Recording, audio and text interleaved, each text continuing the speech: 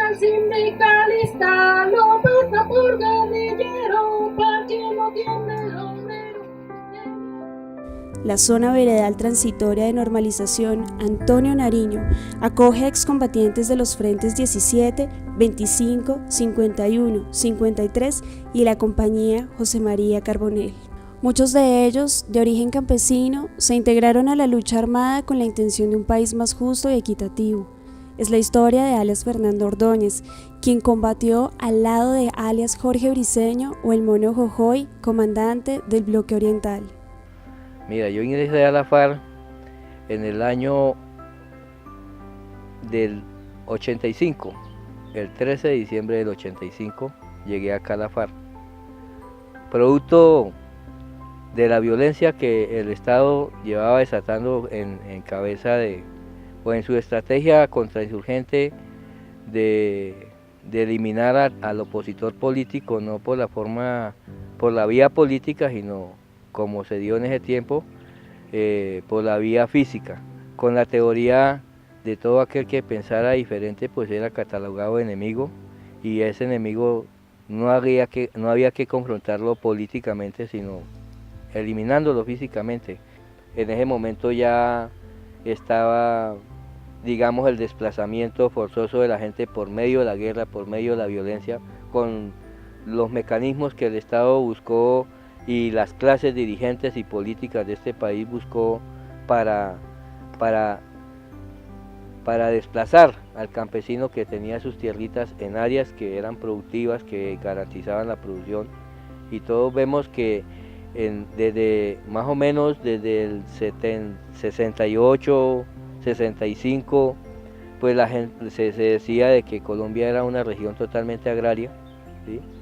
Pero que con ese fenómeno de la guerra se fue desplazando el campo y se fueron apoderando de las tierras, pues los que hoy en día son los grandes terratenientes, ¿sí? Que no fue conseguido por la vía normal, por la vía legal, sino fue por la vía de la violencia. Y todo ese campesinado que le tocó salir huyendo a la violencia, pues le tocó llegar a la montaña, a la selva pura, a romper la frontera agrícola que se había en ese tiempo y a producir coca, ¿sí? Sin embargo, hay quienes llegaron a las filas de la guerrilla a través de las milicias urbanas, participando activamente en el Partido Comunista Clandestino Colombiano y el Frente Urbano Antonio Nariño, que llevó la confrontación armada a Bogotá.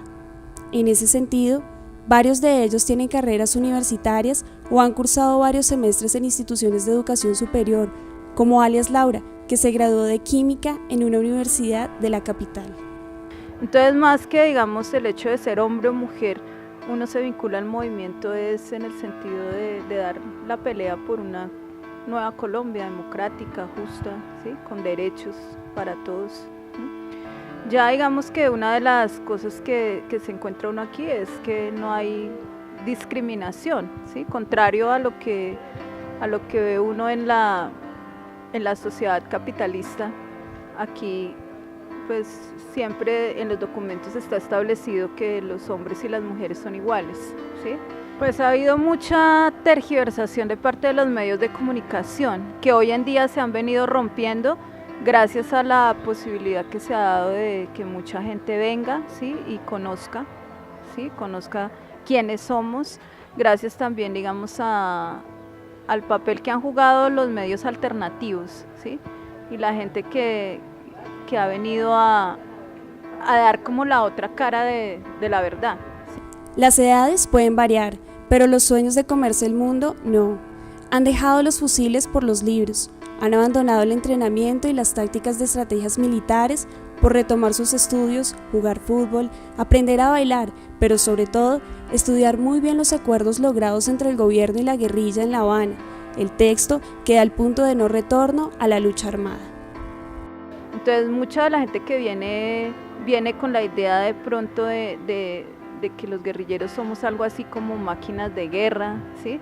Que no tenemos sentimientos, incluso la gente se asombra de vernos felices, sonreír, jugar voleibol, el tema del amor, por ejemplo, cuando empezaron a llegar los medios, entonces era uno de los temas más difundidos, porque entonces cómo es el tema del amor, cómo es el tema de que juegan, de que ríen, de que sí, porque no es como esa visión que se tenía de que uno es como una máquina pensando solamente en función de la guerra, o que los guerrilleros desalmados, o que los guerrilleros, bueno, no sé, tantas cosas como negativas, ¿sí?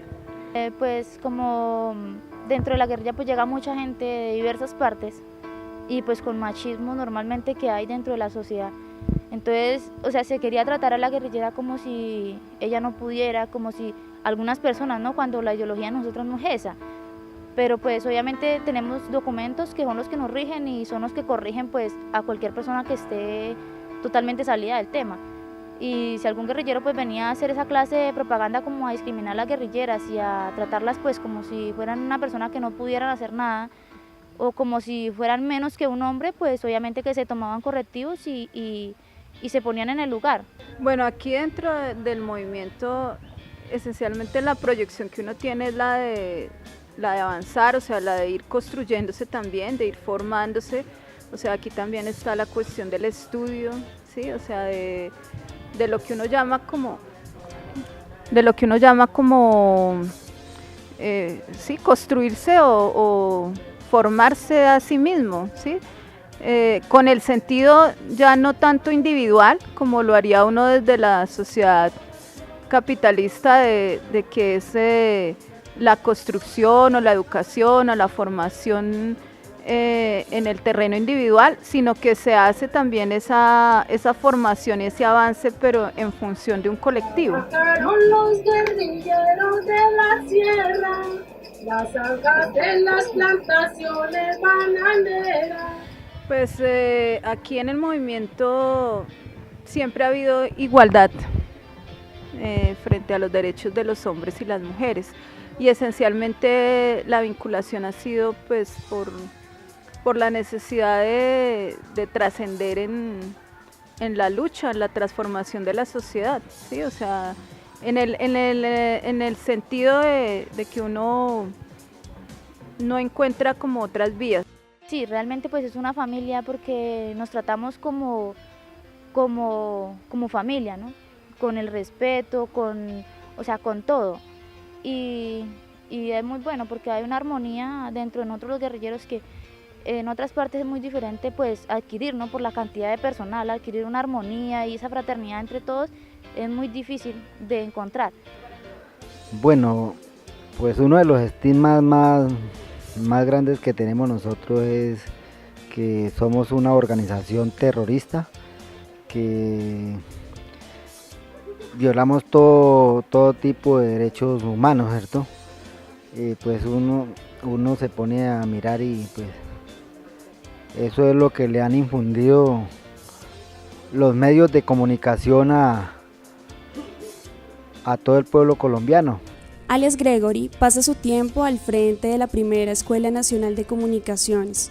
Su labor no solo se centra en formar a los excombatientes en labores de propaganda, sino de la comunicación externa de la zona veredal, demostrar el otro lado de la cara de lo que allí sucede, de deshacer los estigmas de máquinas de guerra. Durante estos 53 años, especialmente los medios de comunicación ejercieron un gran poder en tratar de estigmatizar, de macartizar el movimiento revolucionario, el movimiento insurgente, como ya decía, mediante la generación de campañas mediáticas.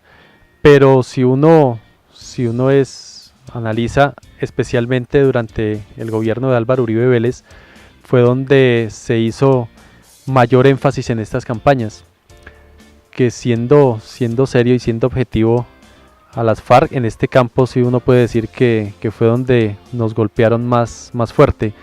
Es decir, mediante esas campañas lograron alejarnos del espacio político, no solo nacional sino también internacionalmente.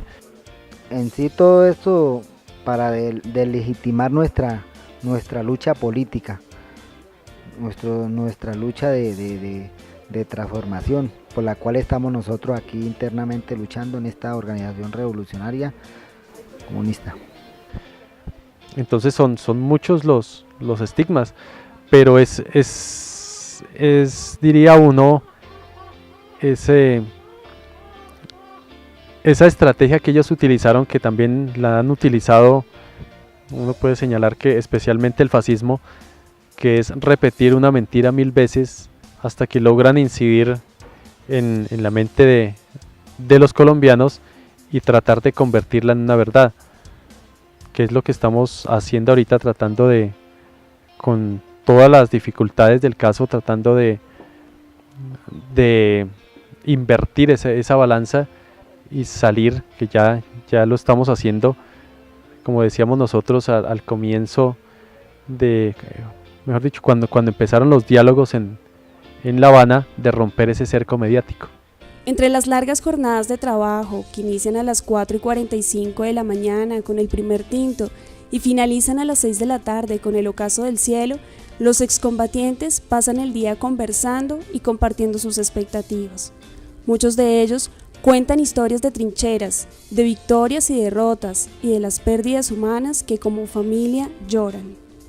Siendo de que es un compromiso del gobierno también utilizar todos los medios que tiene masivos de comunicación, en lugar de estar haciendo tantos montajes y falacias que hacen, deberíamos de estar socializando los acuerdos, que ahí cuando el pueblo entienda y vea de que esos acuerdos ahí no hay ningún beneficio para el guerrillero que va a ganar no sé qué, 8 millones, que 2 millones, que no sé qué, no, sino que lo único que nosotros vamos a adquirir acá es mucho más compromiso y hacer realidad de esos acuerdos, que el pueblo los tome en la mano y los echemos para adelante. Eso es lo que nosotros tenemos que hacer. Las grandes víctimas del conflicto ineludiblemente es el pueblo, ¿sí? Porque el pueblo, desgraciadamente el pueblo, se benefició quienes hoy en día sustentan el poder, que son unos pocos, ¿sí? Pero ese pobre pueblo fue el que le tocó asumir el desgaste de la guerra, porque de allí pues estaban sus hijos que se iban a luchar por defender sus intereses, ¿sí? Los policías son hijos de campesinos, son hijos de pobres, el soldado es hijo de pobre y el paramilitar es hijo de pobre, pero los pusieron a defender, a que vendieran su vida por unos intereses que no eran los de ellos, ¿sí? Que no les pertenece a ellos, con el cuento de que hay que la soberanía, con el cuento de que hay que defender la patria, sus intereses y todo, y con ese cuento engañaron a mucha juventud, ¿sí? Hoy en día siguen engañados mucha gente todavía de eso. Pues nosotros estamos plenamente confiados en una cosa, en que esto va a ser real, ¿sí? Y que nosotros vamos hasta el sacrificio más que podamos hacer al máximo, porque no volvamos a la guerra, ¿sí? Porque quien únicamente se beneficia de la guerra es los que han estado en el poder. Entonces nosotros estamos comprometidos en que vamos a dar todo por la paz, no podemos volver más a la guerra. Eso nos deja claro a nosotros, ¿sí? Pues como el trabajo comunicacional que se ha hecho, entonces la gente ha visto y ha comprendido además que estamos con la paz, ¿sí? Y que pese a todas las dificultades, que pese a los incumplimientos de parte del Estado, nosotros hemos estado empeñados en la paz, ¿sí? Que cuando en el plebiscito se generó la polarización y ganó el no, y que todo el mundo estaba como a la expectativa de, bueno, esto se dañó, esto ya va a volverse otra vez a la guerra, las FARC dijo, no, nosotros seguimos y estamos empeñados en la paz. Porque es que esa es la lucha de nosotros, o sea, nosotros aquí no estamos luchando por lucros personales ni mucho menos, aquí nosotros lo que estamos es comprometidos es con el pueblo, para buscarle cambios dentro de la sociedad colombiana, ¿cierto? Y entonces pues yo creo que eso es un medio por lo cual va a esclarecer dudas, de aquellas personas que no nos conocen, ¿cierto? Y nos vamos a dar a conocer y van a mirar la realidad, ¿cierto? Los guerrilleros de la sierra, las zanjas en las plantaciones bananeras, son las trincheras contra el matón, por los caminos de la zona bananera, camina firme una columna guerrillera.